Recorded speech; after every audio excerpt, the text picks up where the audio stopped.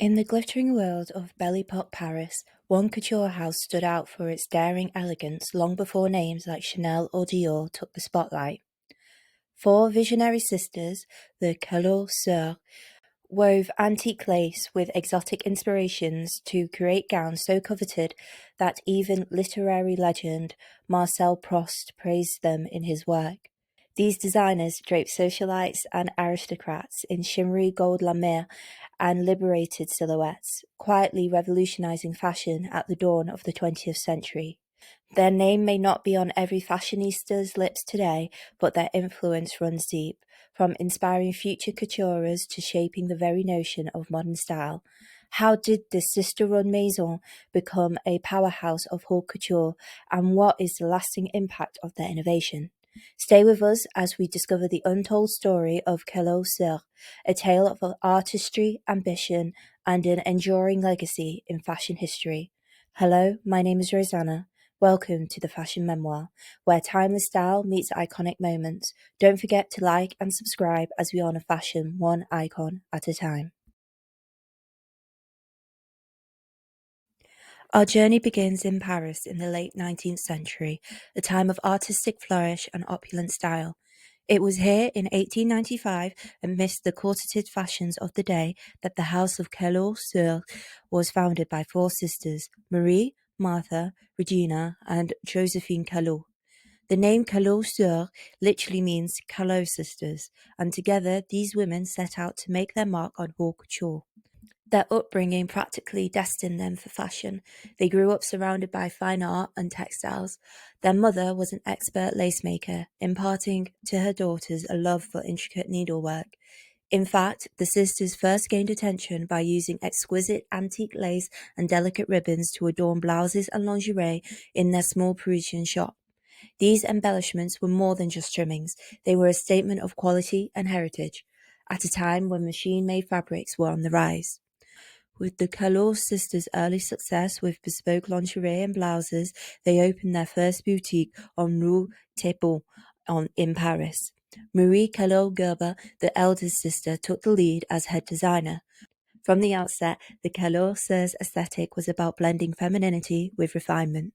Their garments were undeniably romantic, flowing silks, tulle, and lace, yet never overtly sweet or frail. This balance set them apart. Even as newcomers, they attracted fashionable clients who appreciated the savoir-faire that the sisters poured into every stitch. However, tragedy struck early. The youngest sister, Josephine, died in 1897, reportedly by suicide, leaving Marie, Martha, and Regina to carry the business forward. In an era when business leadership was overwhelmingly male, the sisters' determination to continue together was remarkable. They were women designing for women, and this perspective would become one of their greatest strengths. By 1900, the House of Callot Soeurs was on the rise, just in time for the Exposition Universelle, World's Fair it held in Paris. The sisters were invited to showcase their work among France's top couture houses. Imagine the scene. Inside a great exhibition hall, amidst displays from established fashion legends, the Callot Soeurs presented their creations to an international audience. Their exhibit featured ethereal tea gowns and evening dresses adorned with yards of antique lace and delicate embroidery. These gowns captured the imagination of visitors, heralding the Callot sisters as significant new voices in couture. The World's Fair exposure catapulted their reputation beyond Paris. Soon, stylish women from London to New York knew that a Callot Soeurs label meant fantastic workmanship and Parisian chic. The Belle Époque, the golden era of peace and luxury before the Great War, would become the stage on which Callot Soeurs blossomed. What made Callot Soeurs truly legendary was not just who they were, but how they designed. The sisters had a unique talent for fusing historical and global influences into fresh, modern fashion. Lace, of course, was their birthright and remained a cornerstone of their style. They famously incorporated handmade antique lace, sometimes repurposed from the 18th century lace, into new garments, giving their dresses a romantic, timeless quality. But alongside tradition, the Callot Soeurs were avid innovators. In an age when many couturiers clung to established norms, the Callot sisters experimented with cutting-edge materials and ideas. They were among the very first designers to introduce gold and silver lame fabrics into high fashion, creating gowns that literally shimmered. For their early foray into sportswear, yes, couture sportswear, they even used a then novel elastic gabardine, combining comfort with luxury. One of the most radical shifts the Callot Soeurs embraced was the move away from constrictive corsets that had dominated women's fashion for centuries. Corsets had cinched waists and dictated posture, but the Callot sisters were pioneers in abandoning the corset in favor of more natural, flowing silhouettes. Decades before the flapper era, Callot's garments offered women a new sense of ease and freedom of movement, while still looking impeccably elegant. This progressive approach put them at the forefront of a wider shift in fashion. Later designers like Paul Poiret often gets credit for banishing the corset, but the Callot Soeurs were already doing it early on in their own refined way. Their dresses were soft and draped, never sloppy. They managed to be comfortable yet utterly glamorous. Culturally, the Callot sisters were citizens of the world when it came to inspiration. They scoured art and textiles from far-off lands to spark their creativity. In Paris, Marie Callot Gerber mingled with artists and collectors. Notably, she was friends with Edmond de Goncourt, a prominent art critic known for his passion for Japanese and Asian art. Through such influences, the sisters developed a keen interest in Orientalism, the Western fascination with Asia and Middle East arts. While Oriental motifs were a trend in Europe at the time, the Callot Soeurs translated them with particular elegance. They looked to Japan, China, India, and North Africa for design ideas. The result was a distinctive aesthetic. Gowns may feature a spray of embroidered cherry blossoms, a Chinese peony motif, or a glitter of Persian-style metallic threads. They even created Phoenician dresses, which creatively combined Eastern and Western elements. A single Callot Soeurs evening gown could merge a kimono-style sleeve from Japan with a draped form of Algerian burnos cloak, all in one harmonious design. This global fusion was cutting edge for its day. It satisfied clients' appetite for the exotic, yet the execution was so tasteful that the clothes never veered into costume territory. Despite their love for exotic details, the Callot sisters always kept the wearer's elegance front and centre. Marie Gerber had a guiding philosophy that summed up their approach. The dress is everything which should be part of a woman, not the woman part of the dress.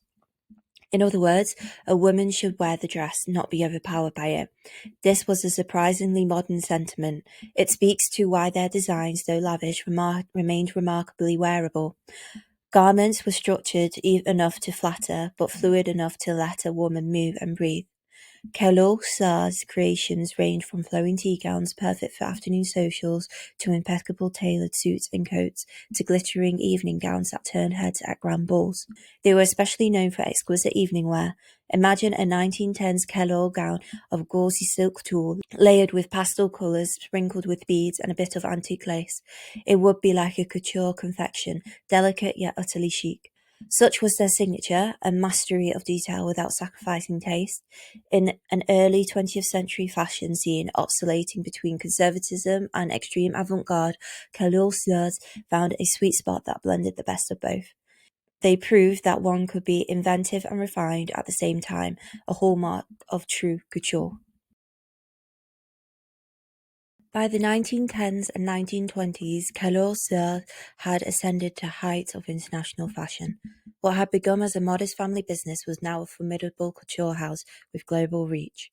In 1900, the sisters reportedly already had 200 employees and significant sales, but their growth was just beginning.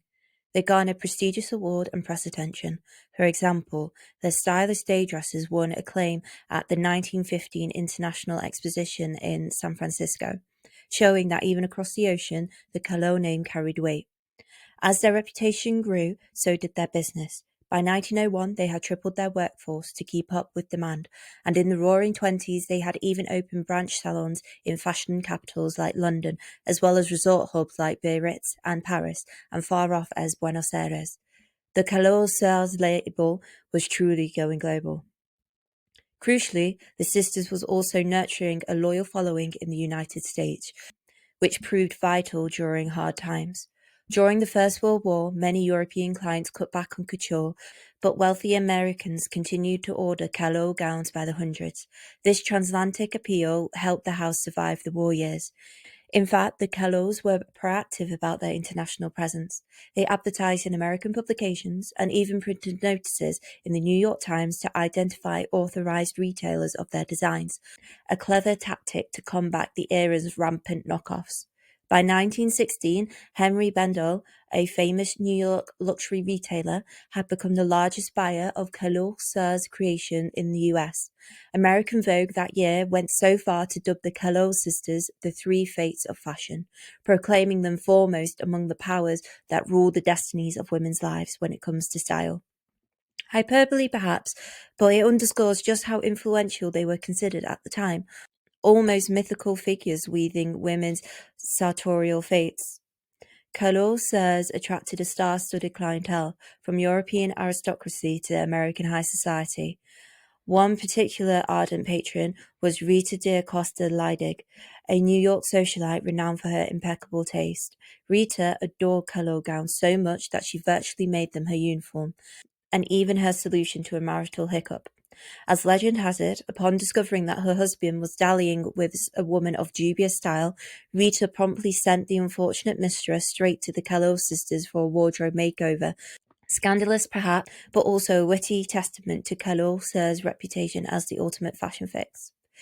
Rita de Costa Leidig was often photographed and even painted in Callot couture. In 1911, she had posed for the artist Giovanni Baldini, wearing a shimmering silver Callot Soeurs gown, cementing the association between the house and high glamour. Another notable fan was Elizabeth Horse, an American fashion designer in the 1920s who personally wore Callot dresses.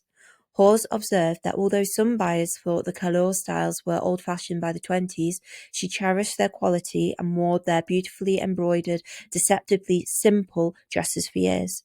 This speaks to the enduring charm and superb craftsmanship of the Callot designs. They transcended fleeting trends. Beyond individual clients, the press and public recognized how elite the Callot clientele was. In 1922, Ladies' Home Journal reported that Callot probably had more rich clients than any other establishment in the world. An exaggeration maybe, but not by much. Their customer list spanned South America, South Africa, Europe, all the way to Japan. No continent was untouched by the Callot magic. Their fashion house symbolized the pinnacle of Parisian couture to a generation of self-conscious women. It's no wonder Marcel Proust, in his epic novel A Search of Lost Time, name-dropped Callot Soeurs as one of the greatest couture houses of the era. Proust's character, drawn from Parisian high society, would of course cover the latest Callot creation. It was shorthand for exquisite taste. To be dressed by Callot Soeurs was to be at the cutting edge of fashion, from roughly 1900s to the mid-1920s.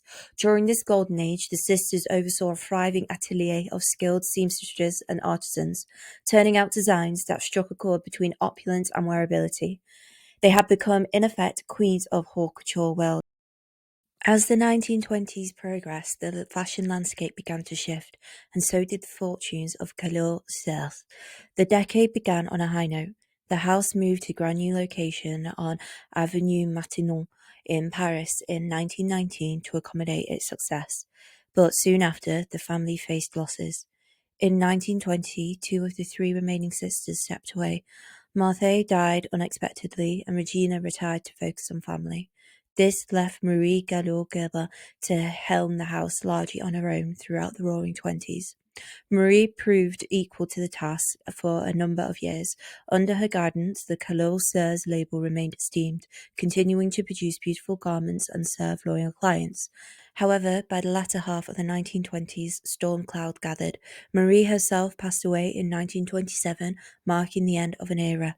Leadership passed to her son Pierre Gerber, but even the best of inheritors would struggle in what came next. The global economic downturn of the Great Depression after the crash in 1929 dealt a severe blow to the luxury market. The once booming couture clientele was tightening their purses, and many historic fashion houses faltered. The house of Callot Soeurs ultimately closed its doors in 1937. In a final twist of business fate, it was absorbed by a rival couture house run by Marie-Louise Calvert, who kept the Callot name alive for a short period under her own label until wartime difficulties forced a complete closure in the early 1950s. It was a quiet end for what had been a dazzling enterprise. Yet, even as the physical house ceased operation, the legacy of Callot Soeurs lived on, both in the designs they left behind and the impact they had on fashion's evolution. The most direct testament to their influence comes from one of the greatest designers of the 20th century, Madeleine Vionnet. Long before Vionnet became famous for her bias-cut gowns, she trained at Callot Soeurs from 1901 to 1907, rising to the position of head seamstress. It was in the Callot workrooms that Vionnet learnt the art of draping fabric and refining couture techniques. She later credited the sisters for her formative influence, stating, "Without the example of the Callot Soeurs, I would have continued to make Fords. It is because of them I have been able to make Rolls Royces." This vivid metaphor says it all. The Callots taught her how to turn a simple dress into a masterpiece. Vionet's own legendary career, she's often hailed as the queen of the bias cut, is part of Callot Soeurs' living legacy. And Vionnet wasn't the only one. Other designers such as Marie-Louise Buret and Georgette Roulin also passed through the house of Callot atelier early in their careers, absorbing its ethos of fine craftsmanship. The influence of Callot sisters extends beyond specific protégés. They helped establish the idea that women could lead fashion houses at the highest level, paving the way later for fashion designers like Elsa Schiaparelli and Gabrielle Coco Chanel to thrive. In the early 1900s, a couture business run by a woman for women was still a novelty. The success of Callot Soeurs proved that talent and savvy mattered more than gender in the business of fashion. Culturally, they also showed that embracing global inspiration could birth new styles, a practice that has since become standard in fashion today. Today, we may take it for granted that a designer can mix, say, a Japanese kimono elements or Indian embroidery into a Western dress, but the Callot sisters were pioneers in this East meet West creative fusion. They demonstrated that beauty knows no borders. Though the brand went quiet, the reputation of Callot Soeurs has never been forgotten amongst fashion historians and collectors. At the time of the house's closure, industry voices lamented the loss. One report in the Women's Wear Daily in 1933 praised Callot Soeurs as truly representative of fashion of French tradition, and noticed the great influence they exerted during their reign. Indeed, many of their stunning creations survive to this day in museum collections around the world. Gowns by Callot Soeurs are prized artifacts in institutions such as the Metropolitan Museum of Art in New York, the Victoria and Albert Museum in London, and the Paris Gallier in Paris, and many more. Each surviving garment, with its meticulous lace applique, hand embroidery, and luxurious draping, offers a tangible glimpse into the artistry of these sisters. There is even a charming reminder on the streets of Paris, on the sidewalk outside 9 Avenue Maintenon, where their boutique once stood. A small mosaic of a lady in a blue dress with the words Callot Soeurs can still be seen set into the pavement. This hidden gem of a memorial reminds passers that fashion history was made there. In retrospect, Callot Soeurs may be somewhat unsung outside scholarly circles, but their impact on fashion is undeniable.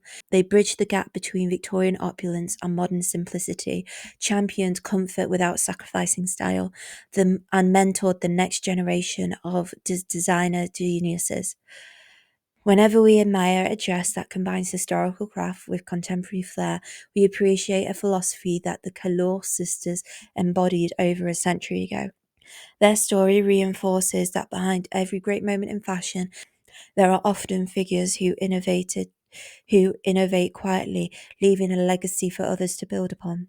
The Callot sisters did just that, and their influence continues to shimmer through time like gold threads in their famous lame gowns. As we conclude our exploration of Callot Soeurs, we see how four sisters with talent, taste, and tenacity forever changed the fabric of fashion. From their lace-laden beginnings to their cosmopolitan designs and mentoring of future icons, the Callot sisters left a lasting legacy in haute couture. They proved that fashion could be an art form without boundaries and that women could lead that charge. Their name may not headline modern magazines, but their spirit lives on in every elegant, innovative design that puts the wearer first. If you enjoyed this deep dive into fashion history, be sure to like this video, subscribe to our channel and ring the notification bell so you never miss an episode. We love to hear from you, so drop a comment with your thoughts and let us know which fashion icon you'd like us to cover next time. Well, until next time, stay curious and inspired. This has been the Fashion Memoir.